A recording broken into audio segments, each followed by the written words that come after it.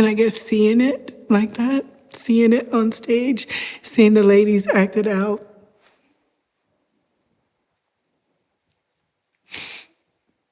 it was powerful for me.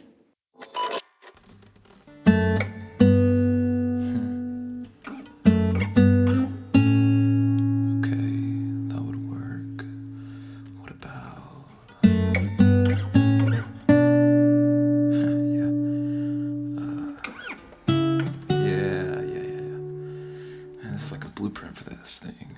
All right, let's see.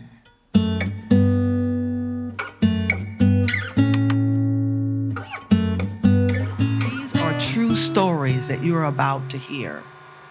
And we have been working on this process for 1 year. And we have cried together, and we have laughed together, and we have worked through COVID, and we have worked through death, and we have grieved, and we have overcome, and here we are tonight to rise.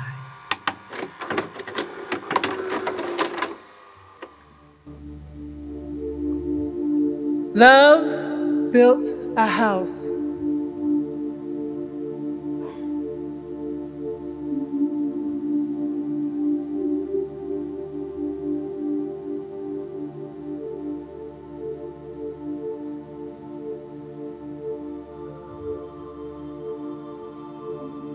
And within it, she placed light.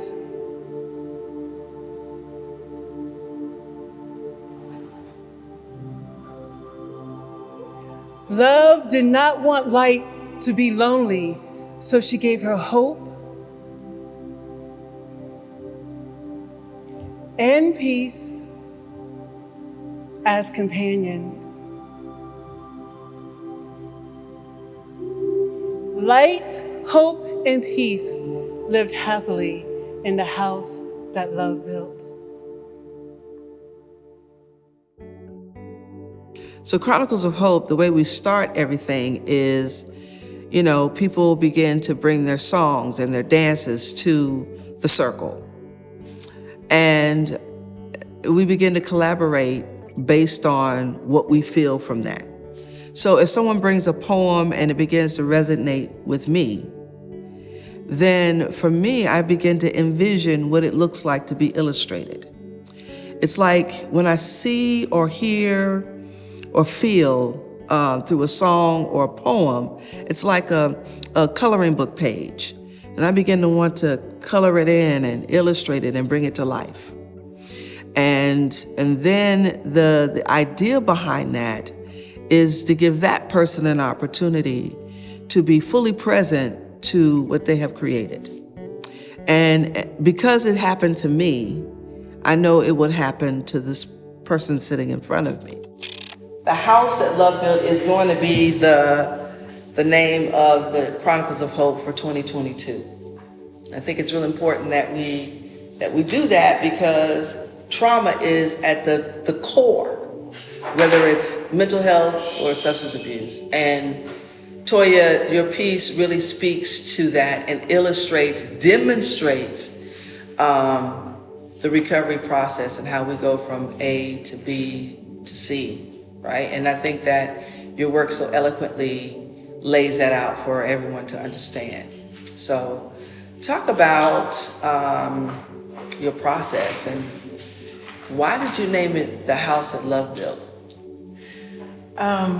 So the process was, I would like to say it was like this grand process, but it really came from a challenge and to write.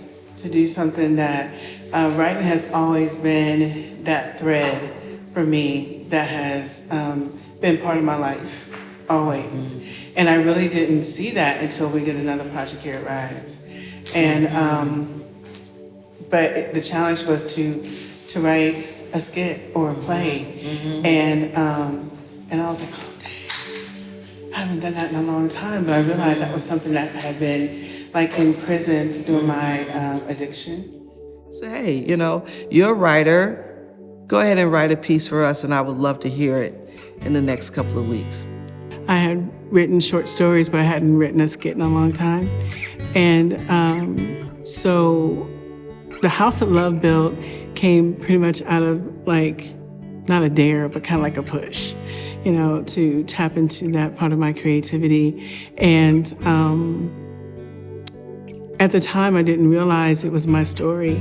I just thought it was me writing something down, just being creative. And as we went on in kind of producing, I guess you would say, it into what you're gonna see in the house that Love built, slowly each time I started to realize that it was my life. She came back with the piece and simply read it. But as we listened to it, we all sat around and listened to it, we were like, wow, it almost like the words came off of the paper and began to illustrate her life. And the dancers began to move and everybody began to relate to her piece. Was anybody else here the day that she spoke? She read that piece. Kayla, you were here, weren't you? Yeah, I was here. Kayla, you were here. Kayla A, Kayla C. Talk about, I remember when she read it. Yeah, I remember when she read it and you and I both were like, yeah, I looked at you and I was like, that's it, that's the one. Yeah, that's the headliner. Yeah, and so I remember seeing it dance. I remember seeing it sing. I remember seeing it being a moving piece as opposed to just a monologue. There was a time that I used to get chastised for writing on everything, and I tried to stop it. I tried not to write. So I remember writing in the ground. Oh wow, that just came back to me. I remember going outside and writing with sticks, and because it had to come out. And so yeah, I didn't realize that it was healing. And I think the beautiful part about art and healing is that it has to be in a harmonious community where we all feel and touch the same thing. So right now what's happening is, there's empathy going on, there's support going on, there is inspiration going on. We're embracing the fact that we're embracing our own recovery. We're helping someone else embrace their recovery. There's empowerment going on. And then there's this evolution as we begin to evolve to the root of the matter, the revelation of a thing. And so that's what we live for. That's what I live for, the why. I remember when Kayla said, "Oh, that's like the piece," and I was thinking in my mind like, okay, because I didn't really connect with it. It was still just an assignment. Mm-hmm. And I was just so stuck on the part that I did it. I came, I'm doing what I said, I'm keeping my word, but I still didn't really connect with it. And I remember, okay, I'm trying not to get emotional. Even through a lot of the process of it, I still wasn't connected. And it came across. And Alexia, you kept saying, Toyia, you have to kind of own it and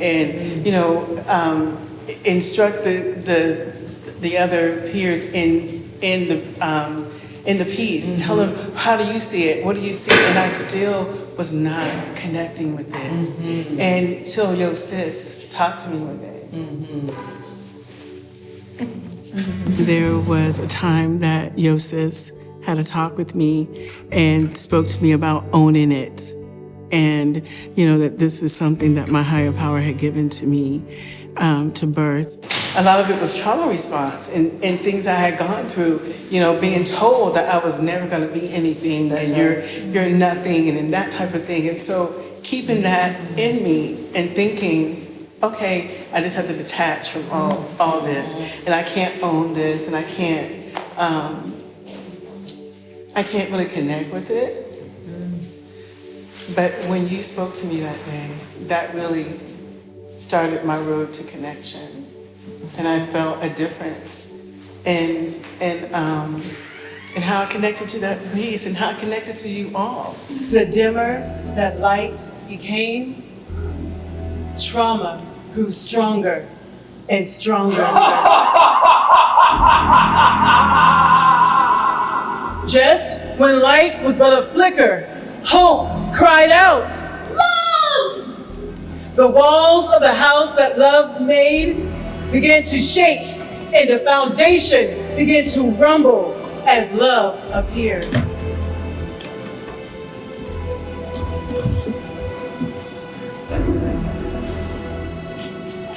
Love knelt beside Light, and she began to feed her words of affirmation.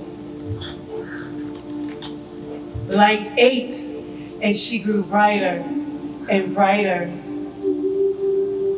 Standing tall, Light illuminated the remnants of peace, and she was fully restored. Light, hope, and peace became powerful, chasing trauma away. There was a moment, after love comes in, comes back in, dancing, and you're kind of sharing the very, last sentence, last couple of words, and you just choked up right then. What was going on for you? What was that moment like? Together, they began to clean up the mess their trauma made.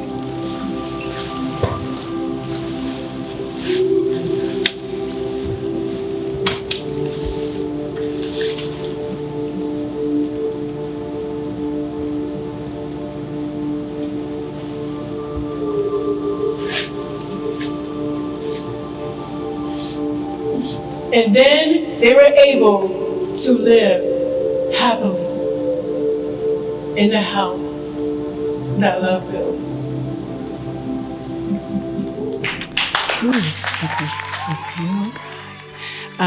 That was when I realized that was my life.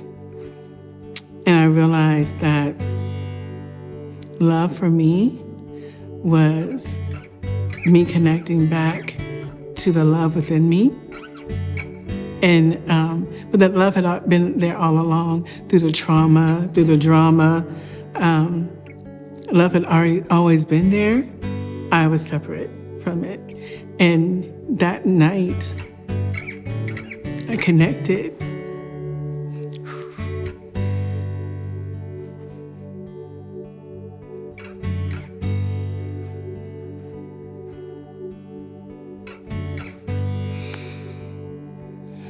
And I realized that love had kept me.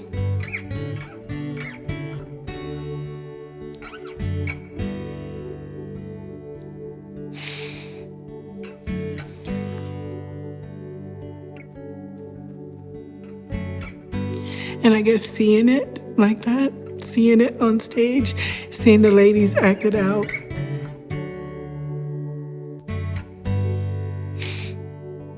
it was powerful for me. Yeah, it was really great seeing you progress through it. And by the last night, the word that comes to my mind is victorious. You were really owning it and doing, even the little dancing before and after, you were really owning it. And that was so nice to see. That was a yes, queen moment. Before and after, just the intro with the drums and your smile and your confidence, and you just walking across that stage and hips going, and it was just, it really portrayed who you are as this beautiful, strong force to be reckoned with. I loved the entrance and the outro. Oh my gosh. It was awesome, and you rocked it out. I don't know how you were feeling inside, but on the outside, we were like, I was very I was feeling really, it was awkward for me. It was really awkward. But then the last night, I remember ran to my grandmother who passed away 3 years ago. And that night I felt like she was with me. And so I did feel like confident. I felt confident and I felt good in my body. When we were practicing and Alexia started playing the drums, and I was like, okay, this is African and I want to have this beautiful African style of dress. And So there's a vendor near where I live, and I often go into his shop. And I walked in, and when I saw that dress, I thought it was beautiful, but I wanted to, for whatever reason, go to something that was a little muted. And he was like, "Oh no, sister, you have to, this is you, like this is you." And I remember trying it on in the shop, and it was almost like trying on, I guess, the effect that people say when they try on the wedding dress. And they're like, "This is a dress." And that's how I felt in that dress. And my grandmother passed away 3 years ago, and my grandmother was my person. And I felt like she was like, this is it. And so I purchased it. And whenever I put it on and I rehearsed it, I felt like my grandmother, her name was Dorothy Jones, I'm gonna shout her out. But I felt like, that was with me. And every time I put it on, I just felt like different, like not myself, and like this power. I felt like all my ancestor warrior women were with me, and so it's in my closet, but it has like a place of honor, and I'm trying to figure out like where I can go to wear it. So, again, but I absolutely loved how I felt in it. I know a lot of people said how I looked in the dress, but how I felt was very powerful for me. And yellow is, I feel like my color. Yeah, that's beautiful, because it definitely, that feeling that was inside of you transferred to us. We felt that, and because that's what we've talked about just recently, is that the mode that the artist is in while creating is the mode that the audience feels it on. So your confidence doesn't just make you look confident, it makes me feel confident too. So it was very empowering for everyone. Even after I heard a lot of feedback from people, I got the house that love built over and over, the house that love built. And I think that's a reflection of the fact that this is not just a Toyia story, this is an everybody story. Right, that's right. And so it was very vulnerable of you, but you rocked it, and because of that, we all got a little bit of healing. The young lady who plays Brianna, we were practicing walking off, and the drums were playing, and she just went at it, and we were all hyping her up because it was really, really beautiful. And although she was just kind of joking around, because that's kind of what we did during rehearsals. But she asked me, "Do you want me to keep that in?" And I was like, "Absolutely." And whenever I saw her, I think the first night of the play, I was thinking, wow, that was so poignant, because love came in, and with the help of love, hope and peace, and we're able to push out trauma, and love prevails. And so why not give her, that beautiful moment at the end? And so I know I was so excited, like every night I would try to peek just so I could see her do that, and it was a beautiful time. We chose this Chronicles of Hope, the house that love built, when Toyia read her piece. And we began to dissect it. And we considered ourselves as individual houses, and how we were really brought back to a place of healing and wholeness. We all said to ourselves, it was love. It was love that brought us back. And I said, how about the house that love built? And so this is the house that love built. R2ise is the house that love built. We as individuals are houses that love built. And we understand that love is the key to our healing. Love in a community, loving ourselves, loving others. And that's how we got to the name this year, the house that love built. Especially coming out of COVID and coming out of so much that we experienced in 2020, we felt that we needed to revisit that word as well. And so that's how we came to the name, the house that love built, for this year.